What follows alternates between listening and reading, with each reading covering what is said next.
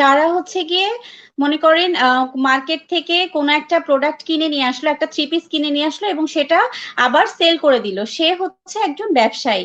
কিন্তু একজন উদ্যোক্তা কি করবে, ধরেন হাতের কাজ যে জানে, হ্যাঁ, একটা কাপড় কিনে নিয়ে এসে সেটাতে সুন্দর করে হাতের কাজ করে তারপর সে সেল করছে, এখানে কিন্তু তার নিজস্ব যে প্রতিভাটা আছে সেটাকে সে কাজে লাগাচ্ছে, নিজের দক্ষতাটা কাজে লাগাচ্ছে।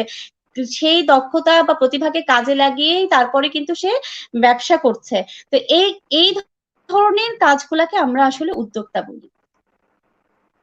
এবং এটাই কিন্তু পার্থক্য, মানে ব্যবসা এবং উদ্যোক্তার পার্থক্য এটাই, একটা হচ্ছে রিসেল করা আর একটা হচ্ছে নিজের ক্ষমতা দিয়ে নিজের প্রতিভা দিয়ে একটা কিছু তৈরি করে উদ্যোগ নিয়ে সেটাকে নিয়ে ব্যবসা করা, এটাকে আমরা আসলে উদ্যোগ।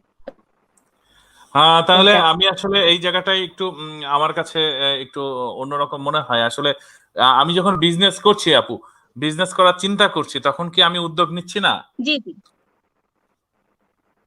তাহলে হ্যাঁ উদ্যোগ বিজনেসম্যান। নিচ্ছেন, কিন্তু ভাইয়া আপনি তখন সেটা ব্যবসা করছেন, তখন আপনি কিন্তু ব্যবসা করছেন, ব্যবসার ইচ্ছাটা হচ্ছে দেখেন, উদ্যোক্তাও কিন্তু ব্যবসা করছে, কিন্তু ব্যবসায়ীরা যেমন, হ্যাঁ, হচ্ছে গিয়ে রিসেল যেটাকে বলে, আমি বোঝাতে চাচ্ছি যে রিসেল, আপনি সাপোজ আপনি কিসের ব্যবসা করছেন একটু বলেন।